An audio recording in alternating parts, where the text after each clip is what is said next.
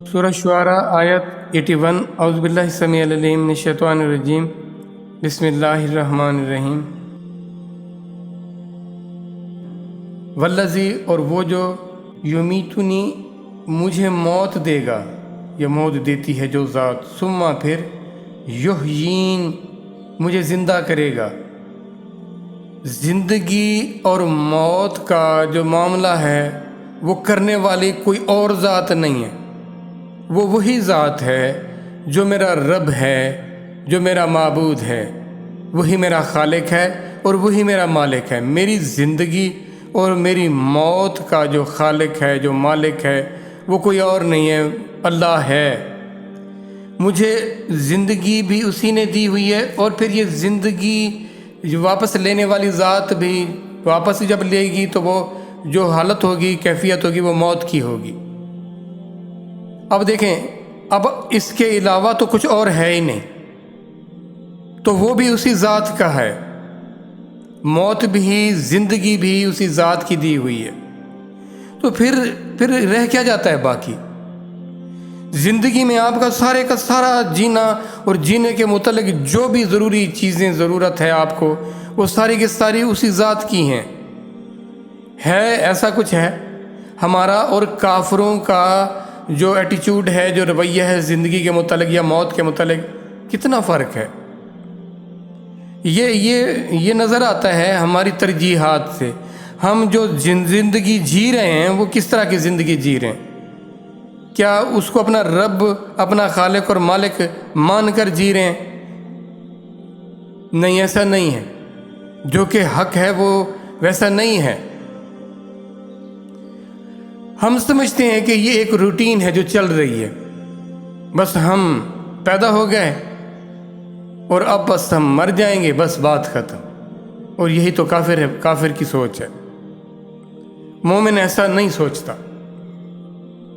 مومن حقیقت سے آگاہ ہوتا ہے کہ یہ سارا پروسیس خود سے نہیں ہوا، کوئی کرنے والا ہے، کوئی اس کو کریٹ کرنے والا ہے، کوئی اس کو سسٹین اور مینٹین کرنے والا ہے، کوئی اس کو آگے بڑھانے والا ہے، اور اسی کی تلاش اور اسی کی معرفت ہونی چاہیے ہمیں، لیکن نہیں ہے،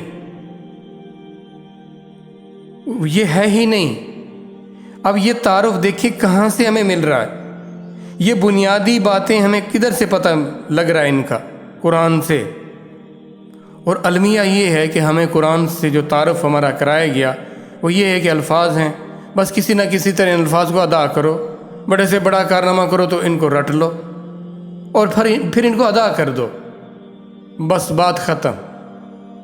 یہ نہیں ہے، یہ ہر ایک لفظ، بلکہ بعض دفعہ تو ایک حرف ایک پیغام لیے ہوئے ہے، وہ ہم تک پیغام لے کر آیا ہوا ہے، ہم نے اس پیغام کو لینا ہے، جانا ہے، یہ نہیں کر رہے ہم، اور اس کو اپنا لینا ہے، اس کو حق اور سچ جاننا ہے، اس کو لازم ناگزیر جاننا ہے، پھر اس کے مطابق اپنے آپ کو ڈھالنا ہے۔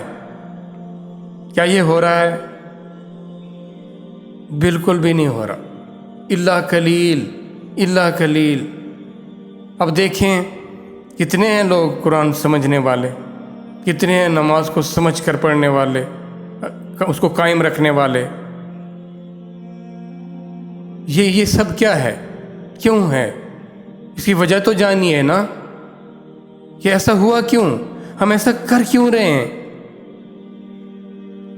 جبکہ یہ دیکھیں، اگر سمجھیں تو کتنی بہترین باتیں ہیں، کتنی کمال باتیں ہیں، کتنی حق اور سچ باتیں ہیں، اور ہم ایسے جی رہے ہیں جیسے یہ بس ایسی اضافی باتیں ہیں، جو کر لے گا ٹھیک ہے، نہیں کرے گا تو بھی ٹھیک ہے۔ نہیں، ایسا تو نہیں ہو سکتا۔ تو فکر کرنی ہے، اپنی بھی اور اپنے ارد گرد رہنے والوں کی بھی۔ یہ ہے بنیادی کام، یہ ہے پہلا کام، یہ ہے لازم کام۔ اگر یہ نہ ہوا، یقین کریں سب کی سب ناکامی ہے اور بربادی ہے۔